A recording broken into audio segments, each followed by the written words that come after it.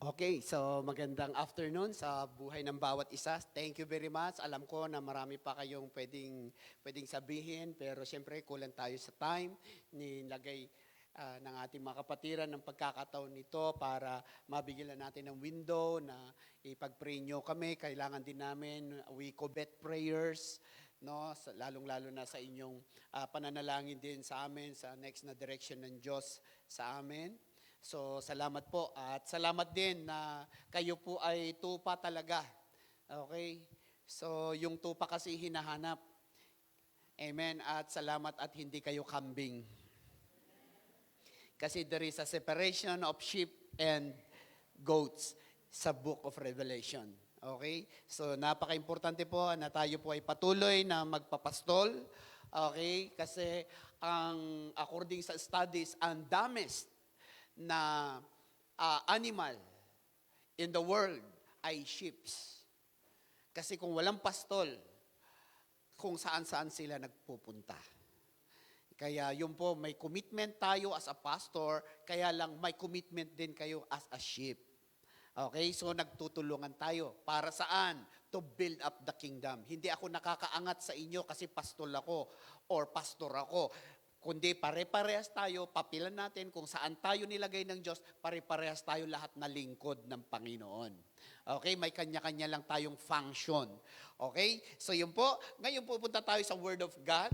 At sabi ni Tatay Larry, paki-regards mo ako dyan. Okay, so we represent Pastor Larry kasi galing kami sa Vienna. Pagdating dito naman, you represent us. So parang gano'n. Kaya meron tayong kinikilala. Katulad ni Abraham, Jacob, si Abraham, Isaac, and Jacob. They always mention, the prophets always mentioned, and then the father of faith, Abraham, Isaac, and Jacob. So yun po, pupunta tayo sa building a life of faith. Sabihin na natin, building a life of faith. Yeah. Yeah, for clear information, sa Martes po ang balik na po namin sa Vienna. Okay, at si Pastor Julie, babalik siya sa kanyang trabaho. May trabaho pa din siya. Okay? So ako naman ay magpapatuloy ako sa Friday, this coming Friday, nasa Paris naman po ako, nasa Great Awakening Paris, okay? Sa ating kung gusto nyong makabakasyon doon, may mga kapatiran natin doon, baka natapat na Sunday, andun kayo sa bakasyon, may pagsisimba, mayroong lugar para kayo po ay, hindi yung nagbabakasyon tayo, nagbabakasyon din yung pananampalataya natin, hindi dapat ganon. Andyan po ba kayo? Pagka tayo ay nagbabakasyon, huwag nating pabayaan, huwag magbakasyon yung faith natin. Pakisabi sa katabi, di ba? Okay, kaya ngayon pag-uusapan natin ang building a life of faith. So wherever you are, wherever you go, saan man kayong lupalop ng buong mundo mapunta, dapat dala-dala ninyo yung inyong mga pananampalataya. Proverbs 3 verse 5 and 6. Trust in the Lord with all, sabihin natin, with all your heart and lean not on your own understanding. In all your ways submit to Him, and He will make your path straight. Kaya tayo po, patino tayo, pag sumusunod ka sa Diyos, pa-straight ang buhay mo. Umaalis na tayo sa buhay na paliko-liko, paiba-ibang mga decisions natin sa buhay. If you have Christ, kung tinanggap mo si Kristo at totoo ka sa buhay mo na tinanggap mo si Kristo, imposible na walang mababago at wala tayong transformation. Kung totoo ang pagtanggap natin kay Kristo, nababawasan na natin yung mga dilim na pamumuhay natin. Kasi bakit ang tinanggap natin ay liwanag? Emi po ba? The light of the world. Amen. Kaya napaka-importante ho na dala-dala natin ang pananampalataya natin wherever you are. Kaya ito, kailangan nakapundasyon tayo. May tamang pundasyon. Saan tayo mapundasyon? Kay Kristo. Kaya yun po ang pag-uusapan po natin, no? Meron tayong huwag mawala sana yung commitment natin, yung faith natin. Matanggal ka man sa trabaho, mawala man yung bangko mo. 'Di ba? Mawala man, masunog man yung bahay mo, huwag lang sana yung pananampalataya mo.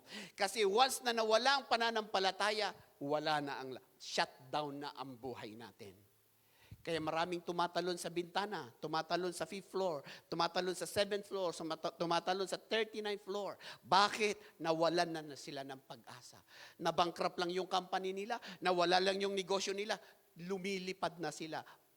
Patay, bagsak. Bakit? Nawalan na sila ng faith sa buhay. Pero tayo bilang anak ng Diyos, may pag-asa.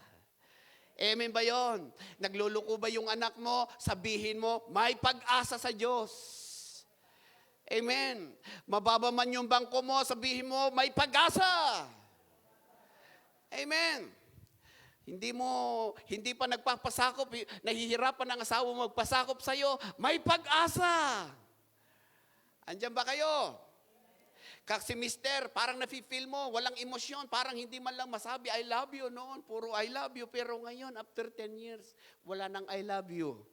Di ba parang naging hapon na si mister? Na iba na yung I love you. Dati I love you, ngayon I rob you, I bring you to Japan. No, di ba? Hindi na niya ma-pronounce yung I love you. Okay, so ibig sabihin, nag-iiba na, nawawala na yung ano. Sabihin mo, may pag-asa. Mababago din ang aking asawa. Andiyan po ba tayo? Sabihin natin sa puso natin, mababago din ang sitwasyon ko. O tignan nyo, walang kalatoy-latoy. Paano ma-build up ang life of faith? Okay, isa pa, hindi tayo nakikinig. 1, 2, 3, mababago ang aking sitwasyon. Kasi kung ano yung lumalabas sa bibig mo, yun actually ang nangyayari. Kaya kung hindi mo babaguhin ang sinasabi mo sa anak mo, hindi mo babaguhin ang sinasabi mo sa mister mo, sa asawa mo, sa misis mo, walang pagbabago. Baguhin mo ang sinasabi mo. Tignan mo, may pagbabago. Pastor, tamad talaga eh. Okay, sabi, masipag na anak, magaling kang magtiklop ng iyong higaan. O, di ba? Kahit hindi niya tiniklop. Masipag na anak, pakitapon ng basura. Hello? Pagka sinasabi mo lagi, ang tamad mo, ang tamad mo. O, isipin mo, nakailang tamad ka na sa isang linggo. Hindi tumatatak sa kanya, tamad ako eh. O, tumanim. Andiyan po ba kayo? Kung pananampalataya ang nilagay mo, may pag-asa, may bababago, sisipag din ito. Tignan mo, sisipag siya. Tatalino din siya. Amen po ba? Hallelujah. Kaya yun po, building a life of faith. Napaka-importante po yung binibigkas natin. Napaka-importante po na may pananampalataya tayo sa ating Panginoong Diyos. Kasi ang pananampalataya, may sagot dyan sa Hebrews 11 verse 1. Sabi niya doon na, now faith is confidence and hope or assurance about what we do not see. Ito po ay pagpapatibay. Ang pananampalataya, pagpapatibay na kahit hindi mo nakikita, may assurance ka sa mga bagay na hindi mo nakikita. Yeah. Tama ba yung pagkakasabi ko? Kaya ang pinanampalatayanan natin, yung bagay na hindi mo nakikita. Andiyan po ba kayo? Hindi natin pwedeng gamitin dito. Sasabihin natin na in the future, Lord, I pray na mayroong mga may mga kaluluwa dito sa harapan na nakaupo. Hindi mo pwedeng sabihin kasi meron na, nakikita mo na eh. Ang panampalatayanan mo, yung wala pa, yung hindi mo pa nakikita. Dito natin ginagamit ang wala pa. Wala pa, sa hindi pa natin nakikita, doon natin ginagamit ang pananampalataya. Gets nyo?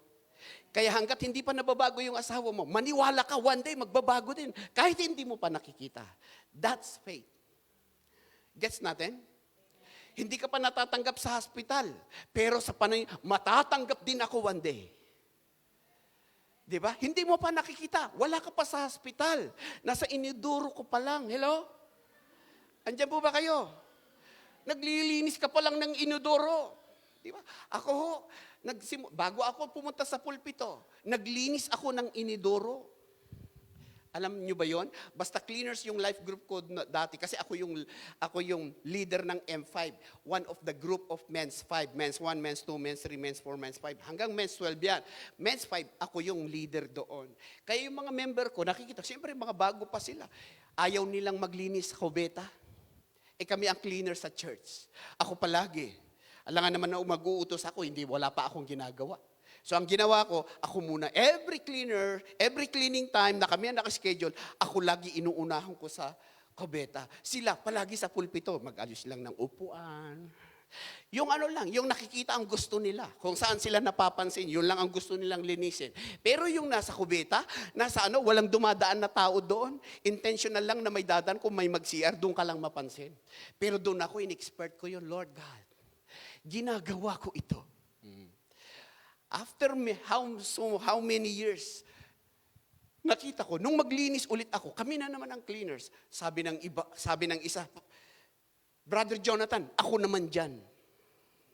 O siya naman. So mamaya, next na cleaning time, kami, pastor, kami na. O ako naman, nabaliktad. Ako naman ang nandito na. Ako naman nag-a-arrange ng upuan.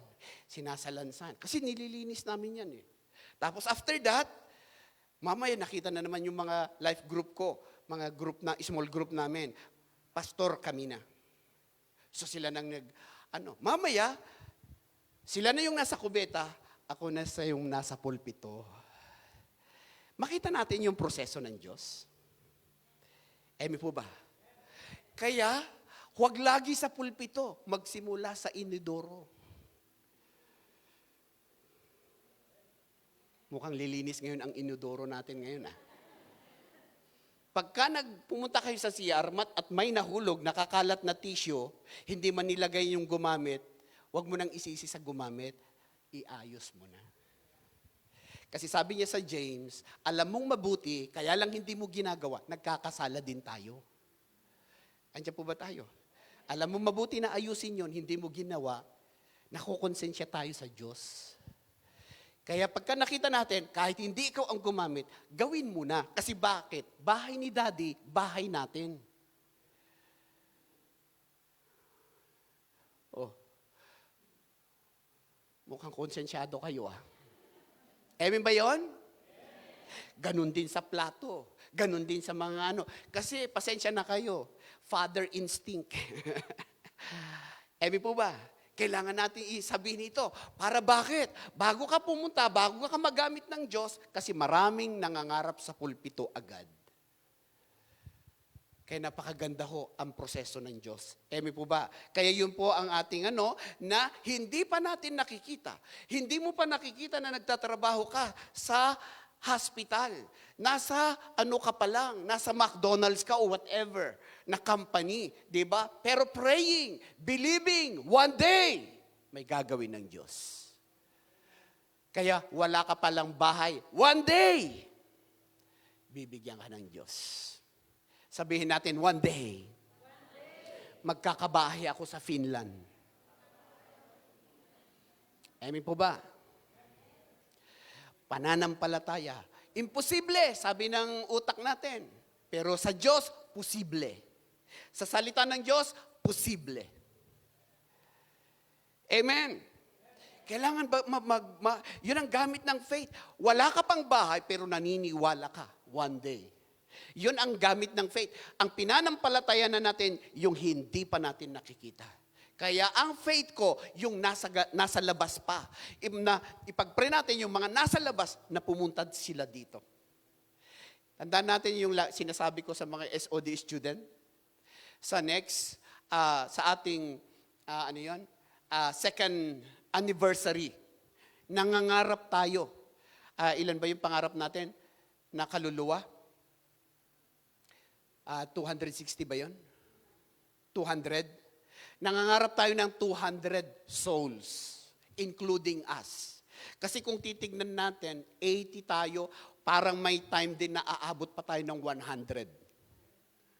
Kung tig-iisa lang tayo ang ma-invite sa either November or September ang anniversary natin, puno tayo dito. Kaya we are aiming, merong goal tayo. Kaya tayo po nag-iimbita para pagdating natin doon sa month of our anniversary, second anniversary, puno na tayo. Kaya? Dito, kaya ba? Dito, kaya? Dito, kaya ba natin yon? Ganon. May faith. Kapag binibitawan mo, mangyayari. Kaya naniniwala ako rito na magdadagdag tayo ng upuan. Amen. Kaya, pakisabi sa katabi, 200 souls. Including us, including us. Achievable ba yun? Attainable ba yun? Kung kikilos tayo lahat, attainable. We are not hindi natin ginagawang Diyos yung number. Kundi ang Diyos natin ay malaki. Kasi ang church, hindi paliit. Dapat ang church palaki.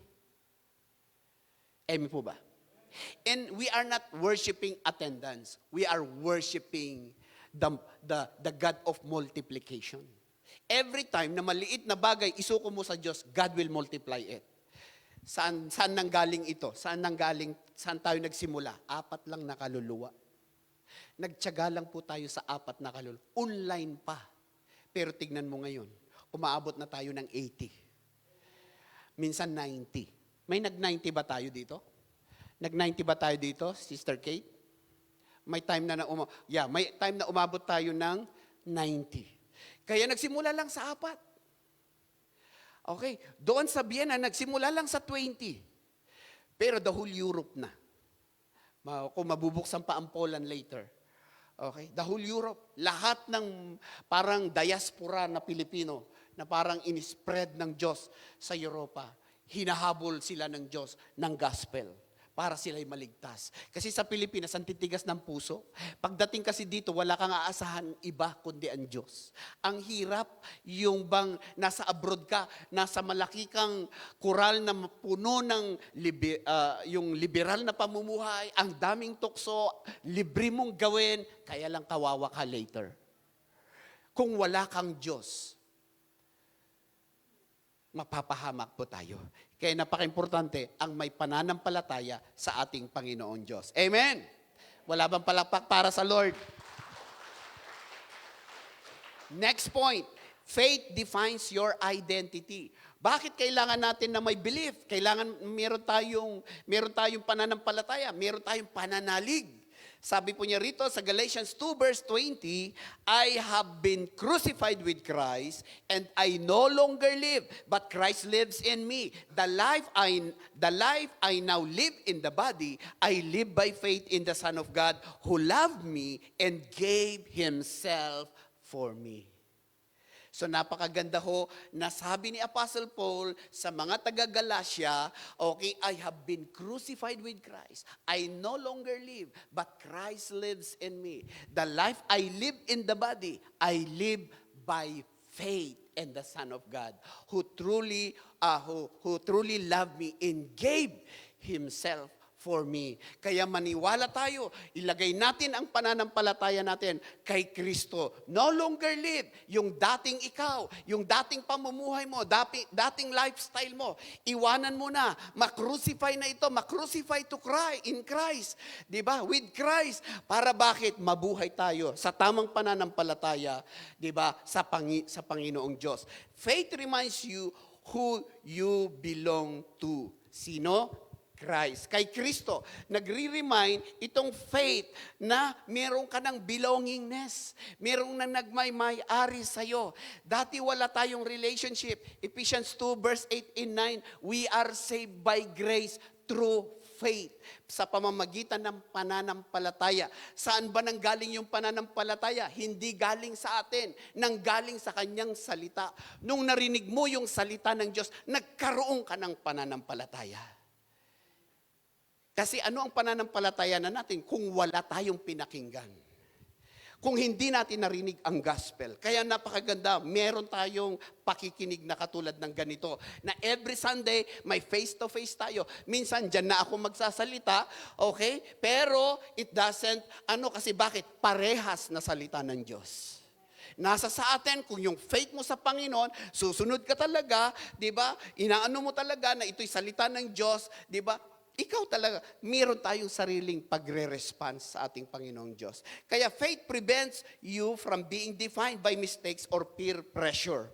Okay, at your age, whatever age na meron tayo ngayon, okay, sabi na nila, number lang yan, huwag kayong maapektuhan. Number lang yung age na yan, amen? Ang problema lang dyan, mataas lang, mataas na number. Kami mataas na number. At your age, you may face an identity crisis. But remember, your truest ID card is written in heaven. Yung identification mo, hindi gawa ng tao, gawa ng Diyos. Kaya hindi ka na anak ng demonyo, anak ka na ng Diyos. Emi po ba? Andiyan pa ba kayo? Kaya ito'y nagpapaalala sa atin. Hindi mga estudyante, mga young people, mga dudes, your grades doesn't define you. Kaya mga parents, please, pag bumababa ang grado ng inyong mga anak, huwag niyong sabihin, bobo sila. Bumaba lang na akong kaunti kasi yung grade doesn't define them. Kasi bigay ng Diyos sila. Amen ba yun? Sabihin mo na lang, anak, galingan mo lang next time. Alam ko magaling ka. Alam ko hindi mo pa nabigay yung todong galing mo. Pero kung sinasabi mo agad, ganito siya, bio-bio agad, di ba? Nakukonfuse yung bata. Di ba? Sabihin ng bata, ikaw naman parents ko, saan ba ako nagmana? O, di ba? Andiyan po ba tayo? Kaya huwag mabilis magsalita. Andiyan po ba kayo? Kaya ingatan natin. Kasi that's not, hindi yun sila. Hindi yung bumaba ng grade, kaya nakaano. Kaya ang nangyayari sa anak natin, de-perform. Once na de-perform, hindi sila stable, hindi sila consistent, hindi sila fulfilled. Di ba? Sinasabi natin palagi ng ganon, takot na silang bumagsak. Later on, ayaw na nilang mag-aral. Amen ba yun? Kaya napaka-importante na ito po, tandaan po natin, ang ating mga anak hindi natin pagmamay-ari. Bigay lang sila ng Diyos na alagahan natin para ma-fulfill nila yung panawagan ng Diyos sa kanilang mga buhay. Kaya may mga dedication, okay, ng mga bata para bakit? Isuko lang natin sila sa Panginoon. Kaya napaka-importante ho na ito po'y, yung faith kasi, it protects us. Okay? Pagka may Kristo ka sa buhay, it completes you. Kasi may tatay ka na, may nagmamay-ari na sa'yo. It is the Lord Jesus Christ. Kaya lang, nung wala ka sa Panginoon, wala kang pananalig kay Kristo, paiba-iba yung emosyon natin. Iba-iba rin yung mga decisions natin. Kaya you perform. Para bakit? Kasi nakikilala ko, kasi na-appreciate ako pagka matataas ang grado ko. Marami nang nagganon, nabuhay ng ganon, yung pressure, nabuhay sila ng ganon. Kaya lang pagdating ng ang gagaling nila. Pero pagdating sa puso, wala silang alam. Amen po ba? Kunting ano lang competitive, 'di ba? Kunting ano lang competition, 'di ba? Kaya tingnan niyo, hindi natin namamalayan ang tanda-tanda mo na. Kaya lang naubos mo ang sarili mo sa pagko-compete sa iba, pagko-compare sa iba, pagko-complain sa iba. Andiyan po ba tayo? Kaya sabihin natin, anak, ito, paano namin kasi, pastor, sabihin sa aming anak, halimbawa nagsinungaling yung anak namin. Kung nagsinungaling ang anak ninyo, hiwalayin nyo. Mahiwalay yung kasalanan at mahiwalay yung being or yung personhood ng tao, yung ating anak. Anak, I love you kasi anak kita. Kaya lang itong pagsisinungaling, ito, galit ako. Doon mo ibigkas, doon mo maano yung kasalanan, doon mo ibuhos yung galit. Yung mali, huwag sa person. Mukhang wala ng tao dito. Amen ba kayo? Kasi doon tayo. Huwag mong bumabalang yung grado, sabihin mo agad bio-bio. Di, anong mangyayari sa kanya? Okay? Parang naisama na kasi yung pagkatao niya. Tandaan mo natin, grado lang yan. Sa totoo lang, tignan nyo yung mga nag-success. Wala naman sila, hindi naman sila pumasok sa mga kung ano-ano mga education. Andiyan po ba tayo? Pero ang yayaman nila. Di ba? Nag-success sila sa negosyo. Okay? So, hindi po doon. Kaya lang, ang gusto natin, matalino ang anak natin, nag-aaral siya, di ba? Pero anak, di ba? Ipaano mo, mahal ka namin. Hindi dahil sa grades mo. Mahal ka namin dahil anak ka namin. Amen ba yun? Anak ka namin kasi ikaw ay halimbawa mabait yung anak mo, hindi dahil sa mabait ka, kundi dahil bigay ka ng Diyos. Kaya para pumunta sa tamang pundasyon. Okay? So yun po, kasi napaka-importante na meron tayong faith. Hindi ka mabasta nadadala, hindi ka basta natitibag, hindi ka basta sumusuko sa buhay. Kasi bakit? May pananalig ka. Ang faith kasi, ang pananampalataya, maraming ano yan. Meron kang faith, kaya lang, saan nakaangkor? Saan siya nakakonect? Okay? Kaya ito, sa simbahan, sa church natin, di ba, ang faith natin dapat nakaangkla kay Kristo. Alam ba natin yung anchor ng vapor or arko or ship? Di ba? Ibababa nila yon para, nandito ang ating mga nagtatrabaho sa shipyard. Ang binababa nila agad, pagka nag-dock yung malaking vapor, ang unang binababa ay alin? Di ba, angkor, di ba? I-angkor para hindi siya gagalaw. Sana ganun din ang faith natin, naka-angkor kay Kristo para hindi ka gagalaw. Hindi kung saan-saan ka magpupunta. Amen po ba? Dapat naka-angkor. Okay? At ang pananampalataya natin, yung biblical na pananampalataya. Kasi ang pananampalataya, maraming naniniwala sa bato. Hello? Marami ding naniniwala sa spirit of the dead. Marami ding naniniwala sa pusa. Bakit pusa, pastor? Kasi pagka may dumaan na itim na pusa, hindi na matutuloy ang biyahe. I-flight mo na yun papunta ng Saudi.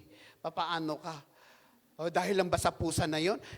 Alam mo yung pagkamaling pananampalataya, mapapahamak talaga tayo. Andiyan po ba tayo? Katulad namin, yung pusa namin itim, si Mochi. Ay, nagpakita po si Mochi sa pintuan, palabas na sana kami. Bukas na lang, sana hindi kami nakarating dito. Andiyan po ba tayo? Katulad ng sinabi ko noon sa inyo, sa lugar namin, Cordillera kasi yan, mahilig silang mag-alay. Okay? Kapag kumatay sila, pag nagkanyaw kami, okay? Kanyaw, ibig sabihin, celebration. Okay? Kakatayin nila yung baboy. Titignan nila yung apdo. Pagka yung apdo nakalabas, nakalawit doon sa atay, swerte. Pagka yung apdo nakataob, nakalubog doon sa atay, malas, bili ka ulit ng isa. Bili ka ulit ng isa. Kaya isipin mo yung abdo na walang utak. Tapos tayo na binigyan ng Diyos ng utak. Hello, ginag-guide tayo ng abdo. Dapat ang Diyos ang mag-guide sa atin. Kaya ang sinasabi ko, i-angkor natin yung pananampalataya natin sa Diyos. Emi po ba? Alam ko po ang sinasabi ko kasi yung lola ko talaga noon. Pag magluto ng pinikpikan yan. Sa amin kasi pinikpikan yung sinasabi namin. Bakit tinatawag na pinikpikan yon? Kasi pipikpikin yung manok. Patitigasin yung mga dugo doon sa sa katawan ng manok. Kaya patay sa bugbog. Mapapatay siya sa pikpik. Kaya pinikpikan. So ngayon, hindi na kami kumakain ng pinikpikan. Pinulpugan na lang. Hello, ang pinulpugan yung sinusunog mo na lang. Andiyan po ba tayo? Kasi parang nakakakonsensya na pipikpikin mo yung manok eh. Diba? Although sa kanila, sa amin noon, sa kultura po namin na pinanggalingan noon, ay masarap yon sa kanila. We respect that. Hindi ko sinasabing ang sasama nilang tao. No, ang sinasabi ko, we are talking sa konteksto ng pananampalataya. Pag mali ang angkor mo ng pananampalataya, mamamali ang buhay mo. Kasi yung faith mo, kung sa Diyos mo na, mapapatuwid ang buhay mo. Ang dami mong maiiwasang gulo sa buhay mo. Andiyan po ba tayo? So yun po, kaya tingnan ninyo, ngayon, hindi na abdo ang naglilid ng buhay ko, kundi salita na ng Diyos. Kaya kung ano ang sinasabi ng salita ng Diyos, tingnan mo, pag sinunod ko, may blessing, may pagpapala. Paglabag sa kautusan ng Diyos, minsan may pagpapalo. Hello. Amen po ba? Anong gusto natin? Pagpapalo o pagpapala? Ayun. So, yun po. Kaya, faith defines your identity. Kaya tingnan mo, kung naniniwala ka sa Diyos, di ba? Siya ang gumawa sa iyo. You know who you are. Pagka pinaghaharian ka na ng Diyos, complete ka na. Kaya pag ikaw single ka ngayon, in respect to all singles, pagka ikaw ay single, napakaganda, single ka pa lang, complete ka na. Whole ka na. Emi po ba? Maganda, may Kristo ka sa buhay kasi the only one that can fulfill, complete you, that can make you whole is Christ. Amen ba? Pagka kumpleto ka na, di ba? Bago ka maghanap ng partner mo sa buhay. Amen. Yung plano mong pakasalan. Hello? Mukhang wala ng tao rito, Pastor. Masyado yatang malalim ang preaching mo ngayon. Laliman talaga natin kasi we are a family. This is a family talk. Emi po ba? Para kasi wala ding haharap later on. Wala ding ibang magkakounsel. Wala ding ibang mahihirapan kundi kami. Pwede ba gawin mo na to? Pwede ba gawin mo? Ang hirap eh. Kaya ngayon, para ma-minimize yung effect later on, itinuturo na namin. Frankly but gracefully.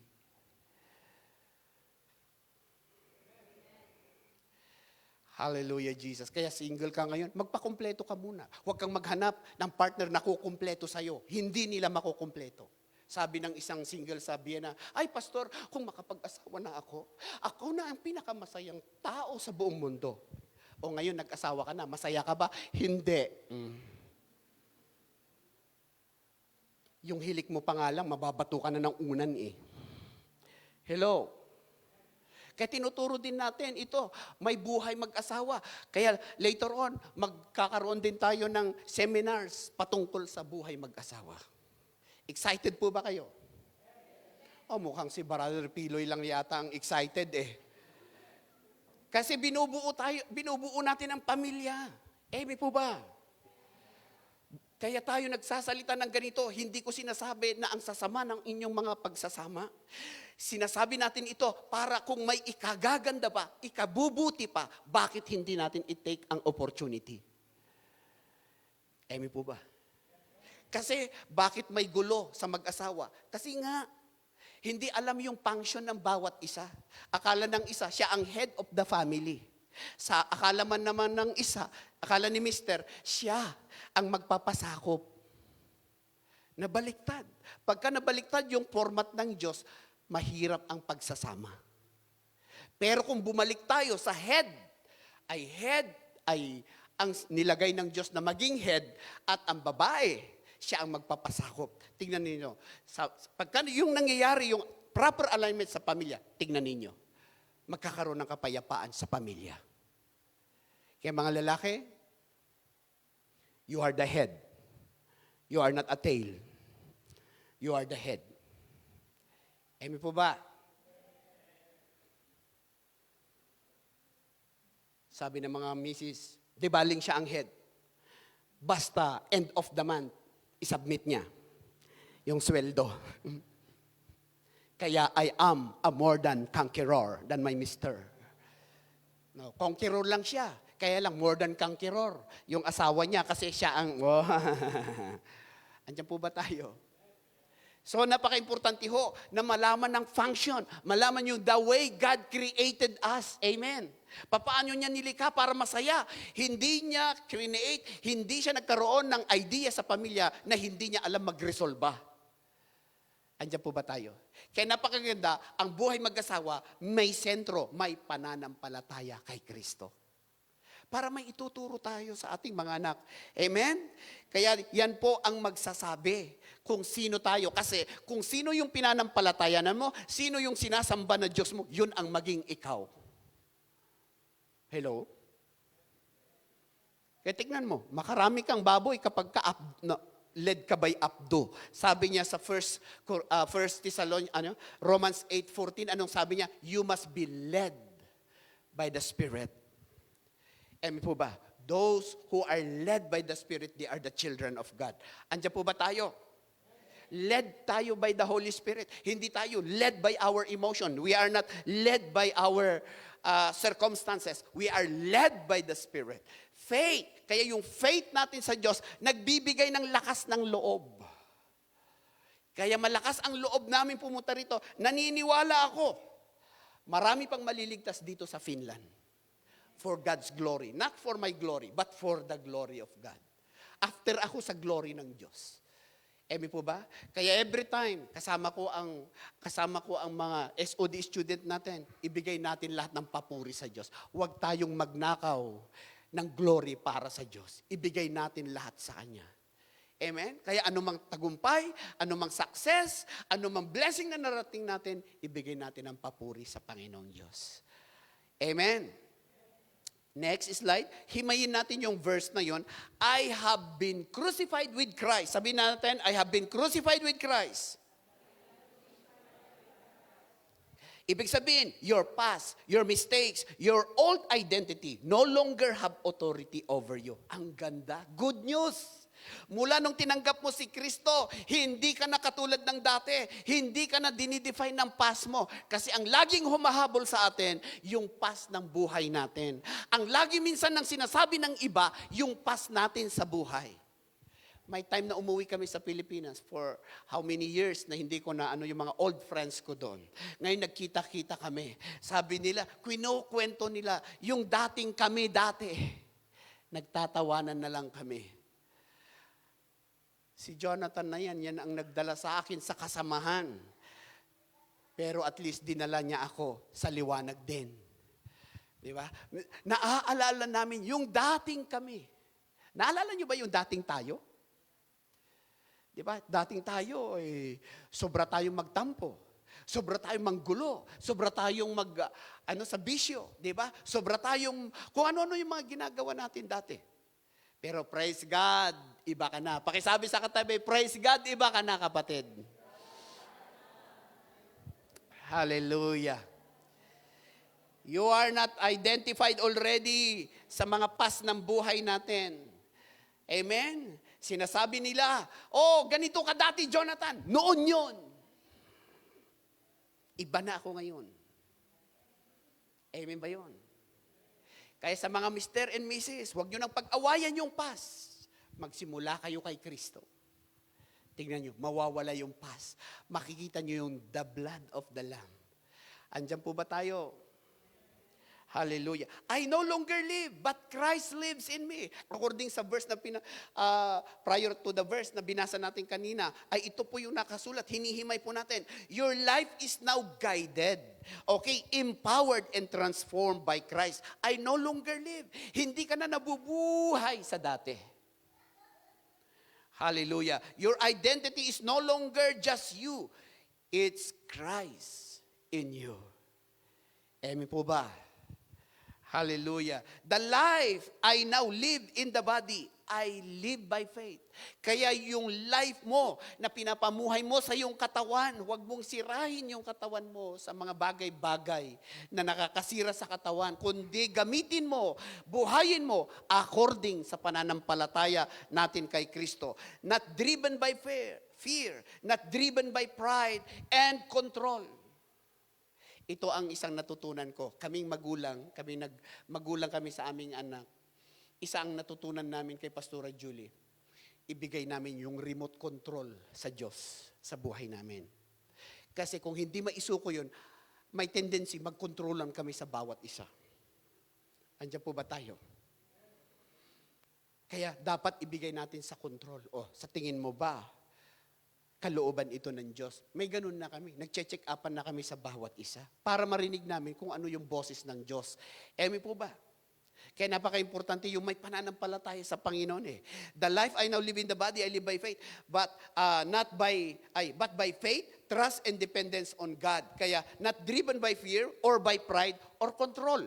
Kaya not by faith, but by faith, trust, and dependence on God.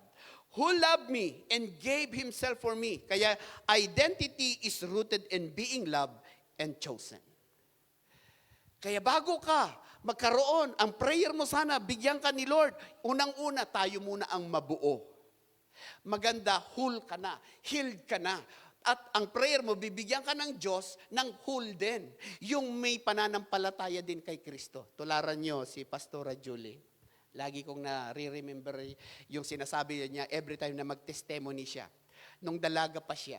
Ngayon, dala na kasi. Nung dalaga pa siya, ito ang lagi niyang prinsipyo sa buhay. Kasi Kristiyano na siya ng 12 years old Di ba, darling? 12 years old, Kristiyano na siya. Okay? So ngayon, sa lahat ng manliligaw sa kanya, ang principle niya, basta hindi Kristiyano, busted. Mga single, look at me. Eye to eye. Tama ba yun?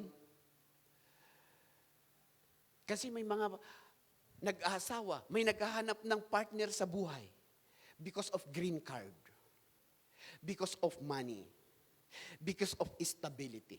Sa Vienna, marami pa yung nagbayad lang, makasal lang, pero hindi naman totoo, papel lang. Pinaglaruan yung sacred sa Diyos, pinaglaruan.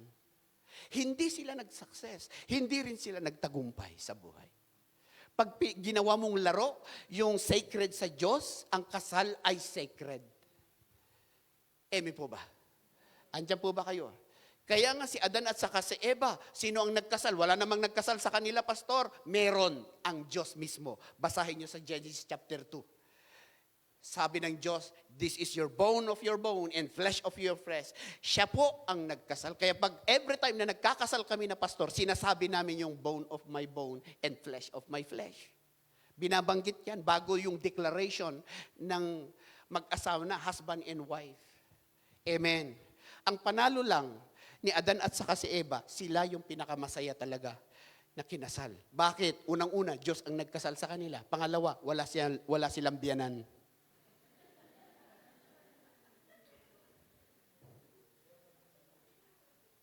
Yun lang ang panalo nila. Pero dumaan pa rin sila sa proseso ng wedding. Amen. So, who loved me and gave himself for me. Kaya ganun tayo. Nakaugat sana ang pag-ibig, yung pagpili, tayo sa Panginoon, no? Who loved me and gave himself for me. Identity is rooted. Yung pagkatao mo, nakarooted sana hindi sa pera, hindi sa education. Magagandang bagay yan. Sana maging ganun tayo lahat. Kaya lang, hindi. It will not affirm you. It will not complete you. Kasi yung love ng Diyos, the only thing and the most na pangangailangan ng tao is love.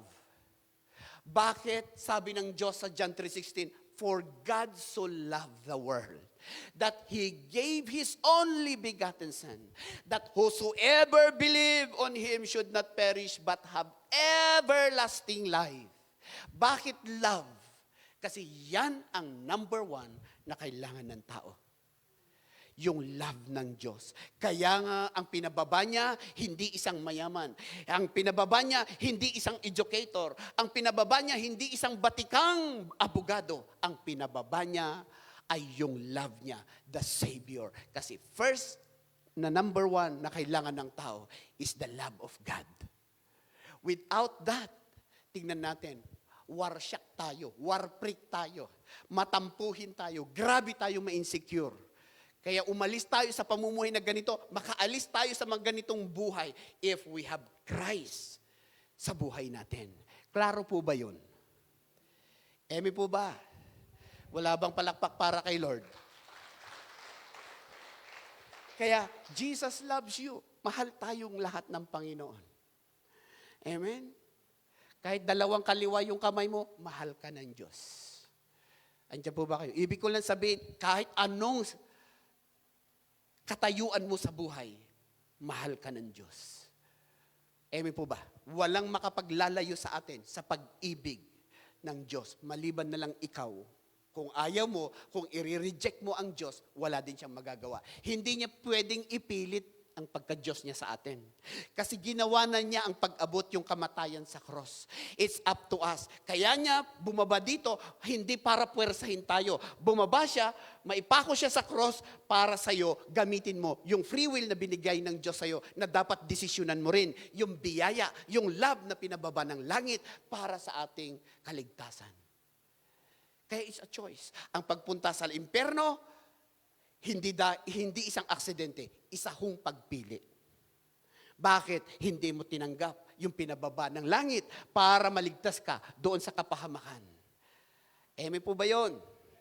Hallelujah. Kaya napaka-importante yung may faith. Next slide. Faith gives direction. Sabihin natin, faith gives direction. Psalms 119 verse 105, your word is a lamp to my feet and a light to my path. Kaya napaka-importante, may paniniwala tayo sa Diyos. Pag pinaniniwalaan mo ang Diyos, naniniwala ka din sa salita ng Diyos. Amen ba yun? Naniniwala po ba tayo na ang Bible ay salita ng Diyos? Okay? Yung sinabi ng Diyos na, sabi niya doon sa John 1:1, in the beginning was the Word, and the Word was with God, and the Word was God. Okay, yung verbo, yung salita sa bandang huli, nagiging Diyos. At yung Diyos na yon, sabi niya sa John 1:14, anong sabi niya doon? And the Word became flesh and dwelleth among us. Kaya yung Word, yung Diyos, yung verbo, nagkatawang tao and dwelleth among us. Wala nang bumaba sa langit na Diyos maliban sa Son of God. Kaya Jesus is the Word. Emi po ba? Andiyan po ba tayo?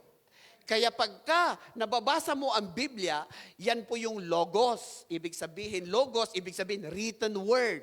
What we can understand by our knowledge sa ating mata, sa ating pagkatao sa katawan natin, we can understand. Pero may rema word, yung spirit, ito po yung libro, yan po ang libro na kasama ang author. Pag nasa sayo, kasama ang author. Buhay ang author. Kasi bakit yung Biblia na binabasa mo, nangungusap ngayon sa'yo. Andiyan po ba tayo? Kaya yung salita, yung word na yon, nag-guide sa atin. Amen. Ang Diyos pwedeng magkatawan tao. Pero ang tao hindi pwedeng maging Diyos. Kaya kung may nagsasabi dito na siya si Kristo, huwag kayong basta mapapaniwala. Amen? Kasi ang salita ng Diyos, si Kristo, kinikilala niya ang salita. Kaya pag sinasabi mo ito, sinabi ni Kristo, tingnan natin sa kanyang salita. Iakma natin ito. Mag-ano ba sila? Talagang magka-anuhan ba ito? Nag-agree ba ang Biblia? Every spirits na may sinasabi, lagi natin, ang basihan natin, hindi niya kukontrahin, hindi niya pwedeng kontrahin ang salita ng Diyos. Amen po ba? Paano naging word si Jesus? Sa Old Testament, sa Genesis, sabi niya, sa Genesis chapter 1, anong sabi niya doon? Ang sabi niya, God created the heavens and the earth. Okay? Sa Genesis chapter 1 yon. Sa Genesis chapter 1, verse 2, sabi niya, and the Holy Spirit is hovering over above the waters. Nandun yung Holy Spirit. At sa verse 3, sabi niya, let there be light. Kaya si Holy Spirit, nandoon sa Genesis chapter 1, verse 2. Nandun siya. At sabi ni Father, let there be light. And there was light. Meron, sino yung let there be light? Si Kristo. Kasi siya yung lumabas. Nung lumabas sa bibig ng Diyos, the Word. In the beginning, let there be light. Lumabas yung salita at yung salita nag-create. Yun po, nagkaroon ng light. Plus yung nagsasalita, it is the Father. Kaya makita mo, yung ugnayan ng tatlo, nung unang panahon hanggang sa ngayon, nag-uusap ang tatlo. Pastor, tatlo yata ang Diyos nyo. Hindi tatlo ang Diyos natin. Iisa ang Diyos natin sa tatlong persona. Naintindihan natin? Kasi ang akusasyon sa atin, tatlo ang Diyos nyo. Hindi tatlo. Iisa ang Diyos natin, kaya lang in 3 person. Katulad ng tao, may spirit, soul, and body. Anong tawag? Sister spirit. Di ba? Anong tawag? Tao. Ano yung tao? Composed of spirit, soul, and body. Sa mag-asawa, dalawa. Anong tawag? Dalawa sila dati, pero nung nag-asawa sila, one na sila. Andiyan po ba kayo? Ganun ang bilangan sa Biblia. Naintindihan po ba natin? Kaya ganun din po ang Diyos natin. Sabihin mo sa akin, anong part ng Diyos na hindi Diyos? Yung paa, paa ng Diyos. Yung kamay, kamay ng Diyos. Andiyan po ba kayo? Alangan naman na yung anak ng baka, nanganak yung kalabaw ba ninyo, nung panganak, kambing? Di ba baka din? Di ba kalabaw din? Pag ang Diyos ng anak, anong tawag? Diyos din, of course, yung anak. Intindihan po ba natin? Gusto ko lang i-emphasis ng kaunti yung Trinity para nakukonfuse minsan yung iba. Pero I want, lagi kong sinisingit ang theological stand natin bilang as a church. Hindi tatlo ang Diyos natin. Iisa ang Diyos natin. Pero tatlong persona siya. The Father, the Son, and the Holy Spirit. Kasi sabi ko, sa isang mission namin sa Pilipinas noon, sabi ng mama sa akin, matanda na siya, nasa cult religion siya eh. Sabi niya, Jonathan, alam mo ba, bakit tinawag ang tao na tao? Sabi niya, anong gusto mong sagot ko, English o Tagalog? Kasi kung English, ang sabi niya, man. Okay? So marami akong sagot sa kanya, biblical na ano. Yun ang tawag ng Diyos eh. Let us make man in our image. Ang Diyos ang nagsabi. Sabi ko ganyan. Hindi, sabi niya. Pastor, ganito. Kaya tinawag ang tao. Kasi tignan mo yung mukha mo. Tignan mo rin yung mukha ko. Di ba dito, letter T, sabi niya. Di ba yung ilong mo, letter A?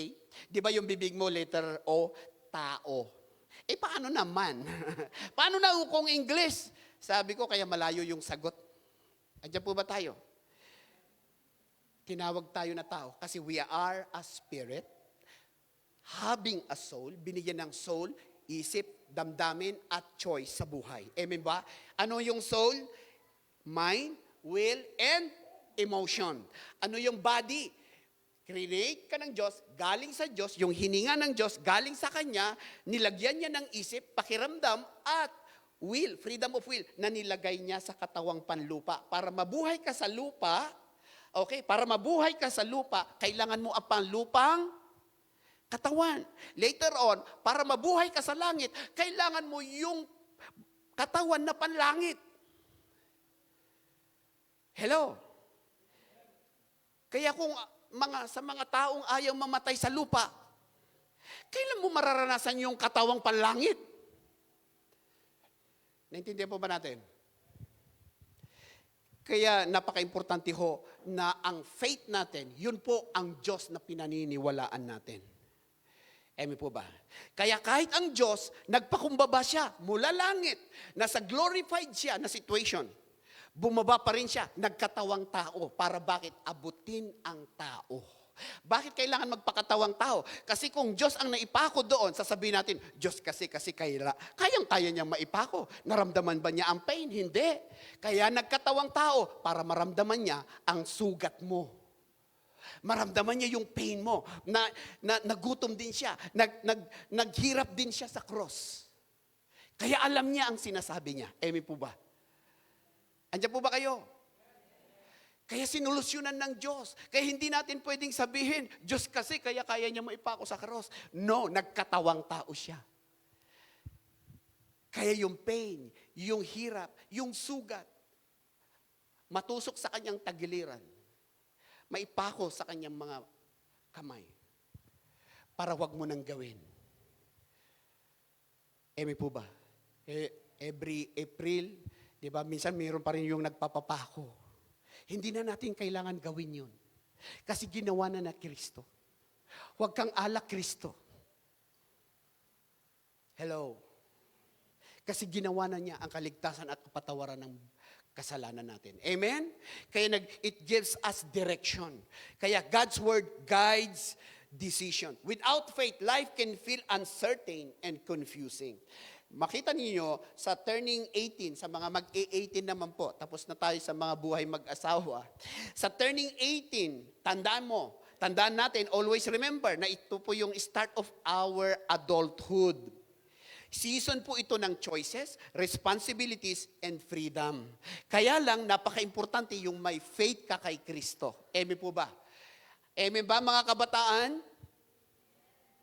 Kaya kayo, kahit na ano tayo, maniwala tayo sa Diyos. Huwag nating kalimutan ang paniniwala, yung faith natin sa Panginoon. Kasi bakit? The only thing that can protect us, that can guide us is God. Huwag mong hintayin yung 18 para makalayas na sa bahay ninyo. Ang sinabi ng Biblia, ang sinabi ng Bible, pag mag-asawa ka, go and cleave to your wife. Doon pa lang niya in-address na pwede nang humiwalay. Andiyan po ba tayo? Hindi automatic na 18 ay may karapatan ka ng lumayas sa bahay ninyo. Lumaki po yung anak ko sa Austria, sa German culture ng Austrian. Ganun talaga. Basta nag-18 sila, may sarili silang bahay. They can do what they want. They are waiting for that year. Para bakit? They can do what they want. They can drink what they want. Papasukin nila lahat ng mga gusto nila. Napahamak sila. Meron pang isang kapatid, mga kabataan. Papa, 18 years old na ako, umalis na ako, Pilipino family. So yung nagtagal na sa labas, bumili ng bahay, bumili ng apartment. Yun. For 2 years, nagtiyaga. For 2 years na nag-ano siya. After 2 years, bumalik sa bahay nila. Papa, hindi ko kayang bayaran ang renta ng bahay ko. Andiyan po ba tayo? Kaya napakaganda, may faith tayo. May pananampalataya tayo. Andiyan po ba tayo? Hindi automatic na umalis agad. Kundi magpa-guide ka, magpa-direct ka. Ano bang sinasabi ng salita ng Diyos? Kaya bilang kabataan, Lord, tulungan mo ako. Okay? Kaya yung anak namin, kahit hanggang ngayon, bumubuntot pa rin sa amin. Nakabuntot pa rin sa amin. Meron pa rin kaming baby damulag. Hindi namin ibig sabihin, kukontrolin namin ang buhay niya sa amin. Hindi. May kalayaan ka anak, pero pinili niyang mag-stay. O pa, may balak ka ba anak, na pag mag-18 ka ay aalis ka na sa bahay? Wala pa, wala. O kasi nakatira siya, libre ang bahay, libre ang kain. O, di ba? So, i-enjoy nyo ang parents nyo. Amen? It gives direction. Hindi basta-basta. Kaya lang, yes, pupunta ka rin, darating ka rin doon. Hintayin mo. Kaya katulad, next, last point na po natin, faith is obedience in action. Sa faith is obedience. Faith is obedience in action. Faith is not just believing, it's living it out. Pinapamuhay po natin. James 2 verse 26, as the body without the spirit is dead, so faith without deeds is dead. Pagka yung pananampalataya mo, walang action, patay na pananampalataya. Small steps of obedience build strong faith. Like learning to drive. You start nanenervous ka nung first na nagdadrive ka, but the more you practice, the more you confident you get. Ikaw ba, Brother Pilo, nung nagdadrive ka, reflex na yung mga paa mo? Di ba, parang di ba, matigas-tigas pa yung Pero nung tumatagal na, lumuluwag. Ganon ang salita. Yun po ang gusto ng Diyos na freedom. Sumusunod ka, nung una parang masikip. Di ba? Kasi narrogate nga, papasukin natin sa Diyos. Relationship sa Panginoong Diyos. Kaya lang nung tumatagal, masaya pala ang nagpapatawad. Masaya pala ang hindi masyadong sensitive. Hindi na pala ako balat sibuyas. Ang saya pala kapag tayo'y nagpapakumbaba. Dati hindi tayo sanay na magpakumbaba. Sanay tayong mag-complain. Sanay tayong mag-argue. Pero ngayon, praise the Lord. Amen. Kaya na ba nating magpakumbaba according sa ating faith kay Kristo? Sumigaw tayo ng amen. Ganon talaga, obedience. Kaya faith without works is dead. Okay? Kaya yung pananampalataya na walang gawa ay patay na pananampalataya. Last point na po natin. Magko-closing po tayo dito. James 2 verse 17. Faith by itself, if it's not accompanied by action, is dead. Faith isn't alive until it moves. Kaya tayo kumikilos. Kaya tingnan mo, nung nasa bahay ka, anong sinasabi ng katawan natin nung sa bahay? Matulog ka na lang, matulog ka na lang. Mag-online ka na lang, mag-online ka lang. Sorry sa mga onliners natin. I'm not, hindi ko sinasabi ito para sa inyo, kundi sinasabi natin ito according sa context na minsan yung katawan natin may ano. Pero pag nandito ka na, nag-move ka na, iba na. Hello, katulad ng mga taga-Kalante, ang layo-layo. Ilang oras ba yun, Brother Richie? 1 hour and a half? 1 hour? O 1 hour pag siya ang driver. Andiyan po ba tayo? Isipin mo, nakita ko, sila pa ang maaga. Faith moves. Kaya please, pag-pray natin sa mga Sundays na darating, sikapin natin, sabay-sabay tayo sa opening prayer. Pakisabi sa katabi, Amen ka ba? Ayan. Amen? Hindi ko sinasabi ito kasi may late kanina. I'm not. Wala akong pusong ganon. Ang puso natin, yung general information na sana po as a family of God, okay, isipin mo, kung umalis ng Diyos na ngayon, wala tayong inabutan. Kung nandito siya ng 4:30 at 4:35, umalis na, wala tayong naabutan. Andiyan po ba kayo? Kaya napakaganda, kaya tayo nag-schedule ng 4:30, dapat 4:25, nandito na tayo. Sinabi ko na ito noon without any offense sa inyo. At hindi ako ang nahihirapan. Kundi, sinasabi natin ito as a body of Christ. Kasi tingnan mo, maganda kasi yung ma-involve tayo sa praise and worship. Ang praise and worship, napaka-importante. Kasi part of faith natin ito. Para makasamba tayo. Kaya nga sabi niya sa Hebrews 10:25 na huwag nating kaligtaan. So, ibig sabihin, dalhin natin ang oras. Pumasok tayo sa oras.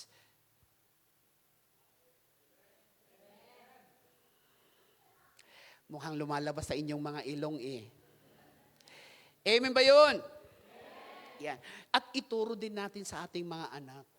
Okay? Para ito, doon sa Vienna, I'm not comparing. I'm just telling to inform you na doon po, kahit ano kami, 10 o'clock ng morning, 10 o'clock talaga. Mag-start na kami. Wala mang tao o merong tao, nag-i-start na po kami. Kung ano yung tao na nandun, paupuin na namin and we start. Please, join sa opening prayer. Join tayo sa mga praise and worship. Amen po ba? Yung iba nga, tinatapos pa yung part ng offering bago mag-church.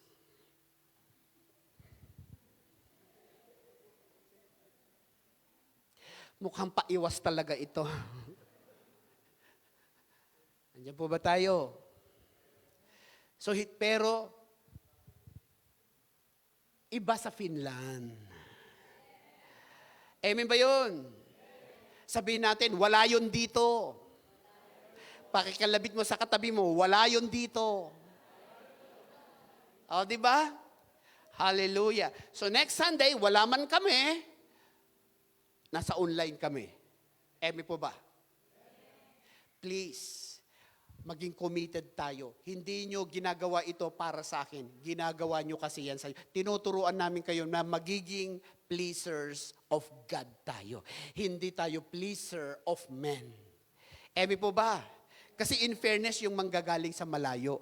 In fairness, yung nandito na ng 4:30. Hello? Kaya kailangan namin na i-start kasi bakit? Nandyan na sila. In fairness para sa kanila. Kami po ay counselor. Kakounsel kami palagi. Okay? Kaya minsan ganito.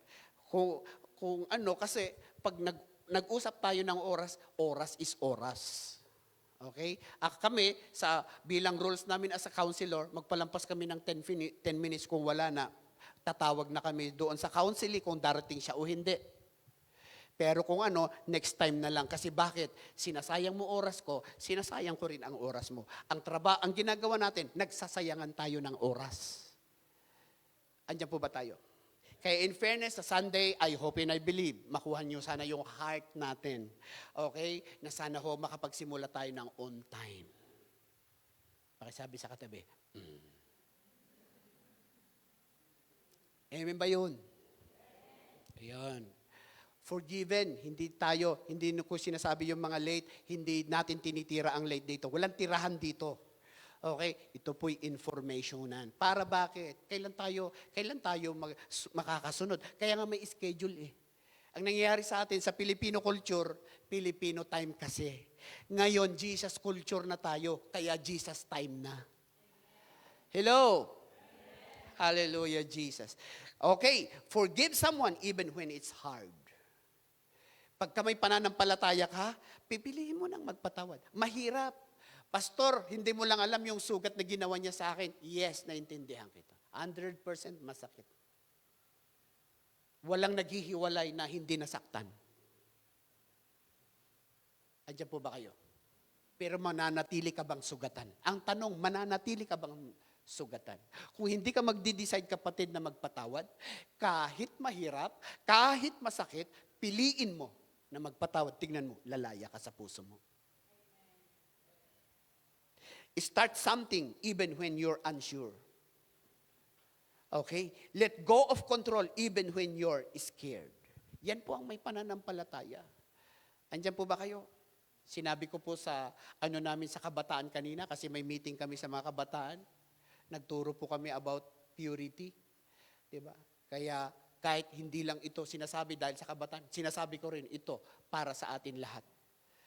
Na pagka may nagsasabi sa inyo, matulog kayo sa isang kwarto na dadalawa kayo, mali. Dapat may boundaries kayo. Maglagay kayo ng boundaries.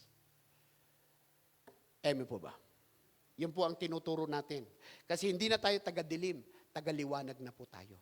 At ang love, kung totoong love yan, re-respetuhin niya ang katawan mo. Re-respetuhin niya ang body mo. Hindi siya opportunista. Andiyan po ba tayo? Kaya bilang tayo ay anak ng Diyos, okay, magiging tayo dito. Yun po, iba talaga yung may faith tayo. Pagka may faith ka kay Kristo, sundin mo ang faith mo kay Kristo, mapapabuti ang buhay natin. Kaya ang totoong love, may freedom ka. Freedom na mag-say no. Kaya pagka dinadala ka na sa masama, magsasabi ka ng no. No boundaries. You're stepping on the red line. Diba? Parang ganon. Kaya may boundaries ka. Kung may barkada ka, may tropa ka na dadalhin ka sa diskuhan, may boundaries ka. Friends mo pa rin sila for the sake na hindi sila matisod sa'yo. Friends mo pa rin sila, pero I cannot go doon sa sinasabi niyo. Andiyan po ba tayo? Andiyan po ba tayo? O mandito, katulad sa Vienna, pakasalan mo ako, magbabayad ka ng 10,000 euro para magkaroon ka ng stability. Alam mo, nagpakasal, ngayon hindi na ituloy, tumakbo. Nasayang ang 10,000. Pinaglaruan mo eh. Andiyan po ba tayo? At kahit tapos na, kahit nangyari, meron namang nangyari na. Kailan naging maligaya ba sila? Hindi rin. Kasi may kanya-kanya silang actually, pinaglaruan nila yung kasalan. Kaya sinasabi ko na ito, wala nang ibang magsasabi, hindi ito sasabihin ng gobyerno ng Finland, pero sasabihin namin ito sa loob ng iglesia. Hindi namin sinasabi ito sa madla, sinasabi namin sa pamilya. Kung saan yung jurisdiction na binigay ng Diyos sa amin, ito lamang po. Kaya sinasabi lang namin ito, not to control anybody, but para dalhin namin kayo sa tagumpay ng buhay. Wrong is wrong. Ang isang mali, hindi mo pwedeng takluban ng another na pagkakamali.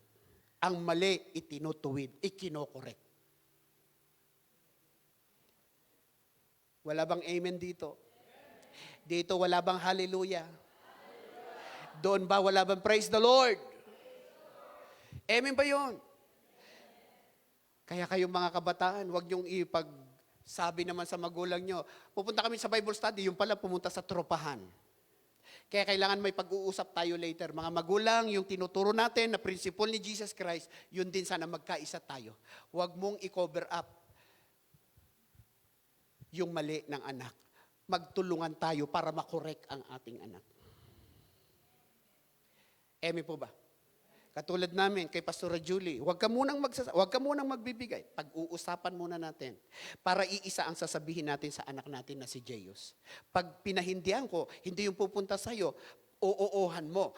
Hindi sa akin, oo sa'yo. Kaya minsan, tulisan ako, hero ka. ang mangyayari, lito ang lito ang ating anak. Oh, katulad ng isang anak, sabi ni mami, anak ha, ang tao galing sa Diyos. Tumakbo sa tatay. Papa, saan ba nang galing ang tao? Galing sa unggoy, sabi ni tatay. Umiiyak, binalikan niya nanay, mami, sabi mo, ang tao galing sa Diyos. Bakit si Papa? Sabi niya, galing sa unggoy. Kaya lito yung bata. Kaya sabi na lang ni nanay niya, ay, sorry anak, hindi ko nasabi, hindi ka na-inform. Yung lahi ng tatay mo, galing talaga sa unggoy ang mga yan. Kaya pag dalawa message, kaya magkaintindihan tayo later on. Amen po ba? Para makorek natin ang mga anak. Kasi kung sinabi namin, maling relationship yan, pumunta sa'yo, sige kasi, di ba? Hindi, sumunod ka sa salita ng Diyos. Huwag kang sumunod sa emosyon. Kasi yung awa, minsan natin sa mga anak natin, hindi nakabubuti minsan. Naaawa tayo, kaya lang hindi nakakabuti. Hello? Kaya ang family, dapat may Kristo. Dapat may pananampalataya ang buong pamilya. Amen po ba? Sino ba ang gustong umuwi na dito? Magsabi ng Amen! Magsigaw tayo. Sabi ko na nga ba, kayo na nga lang ang nauna dito na sabi ng senior pastor ko sa Pilipinas noon, sino ang gustong mag-full time? Sabi nila, kami, pastor. Grabe. Dadalhin kayo doon sa dulo ng Kalinga, mahirap na misyon. Yes, pastor. Sabi na naman ng pastor after 2 hours, sino sa inyo ang gustong magbakasyon sa pagpapastor niya? Yung nagtaas nung una, siya rin ang nagtaas. Ako rin, pastor.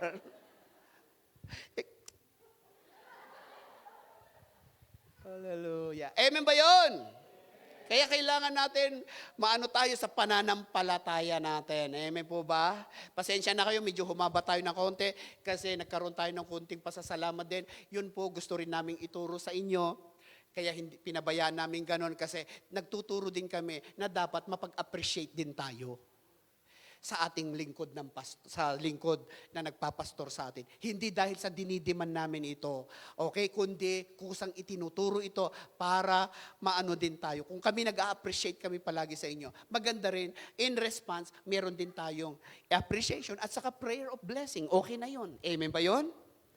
So yun po at thank you very much sa inyong mga words of encouragement, sa inyong mga pagpapagal po namin dito, nakita po namin ang biyaya ng Diyos at mga mababait na tupa ng Diyos. Pakisabi sa katabi, isa kang tupa ni Lord. Amen! Tumayo po tayong lahat. Hallelujah, Jesus. Praise the Lord. Hallelujah, Jesus. Worship team, please. Kumanta nga tayo ng praise. Praise naman ngayon. Gusto ko mag-end tayo ng tayo ay nagpupuri. Amen ba yun?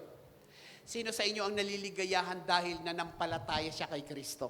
Amen. Sumigaw ng praise the Lord. Sumigaw ng mahabang praise the Lord. Yung gustong magpasalamat na ang Diyos ay napakabuti sa kanyang buhay, binubuksan ko ang dorngawan ng ating altar, tayo po'y lumapit sa Diyos para magpuri. Kumanta lang po tayo, pero nandun yung pagpupuri, nandun yung pagsamba po natin sa ating Panginoong Diyos, at tayo po'y magko-closing prayer after the song. Okay ba yon? Muli, salamat muli sa inyong mga pag-aalala, sa inyong pagsiset ng mga tables namin minsan, hindi sa diniman namin, hindi sa request namin, kusan yung ginawa sa pastor po ninyo, pagpapalain tayo. Pag pinagpapala ang pastor, pagpapalain din ang membro. Okay ba yon? Kaya maraming salamat sa golden words na narinig po namin. Okay, at yun na po ay sapat na baon namin na magbigay ng kalakasan po sa amin, sa paglilingkod namin sa kalooban po ng Diyos. Kaya yun po, masanay po tayo mag-appreciate sa loob ng pamilya, sa loob ng iglesia. Okay ba yun? Kaya ito, pinapatay natin, binubuwag natin yung division. Okay, na walang grupo-grupuhan dito. Lahat tayo po ay grupo, lahat tayo ay anak ng Diyos. Amen? Kaya makipaghalubilo din tayo sa mga hindi natin masyadong kakilala. Pag kumain tayo mamaya, umupo kayo sa mga hindi pa ninyo masyadong kakilala. Pwede ba tayong umiikot mamaya sa table natin? Say hi, hello, kumusta sa lugar ninyo, kumusta? Pwede ba magkumustahan tayo later? Amen ba kayo dito? Dito. Dito ho. Okay. Yun po ang gagawin natin. Kasi the more we get together, the more sana we are closer together. Amen po ba? Habang pinapalakas natin ang connection natin sa bawat isa through the Lord Jesus Christ, nami-minimize later on ang gulo or conflict sa ating iglesia. Amen. Kasi yung relationship natin, nagre-respetuhan tayo, naglalapitan tayo sa bawat isa. Amen ba yun? Amen. Okay, binubuksan ko ang durngawan ng kalangitan, lumapit po tayo sa harapan. Hallelujah, na may pasasalamat. Amen? Say, come to the front. Please lead us.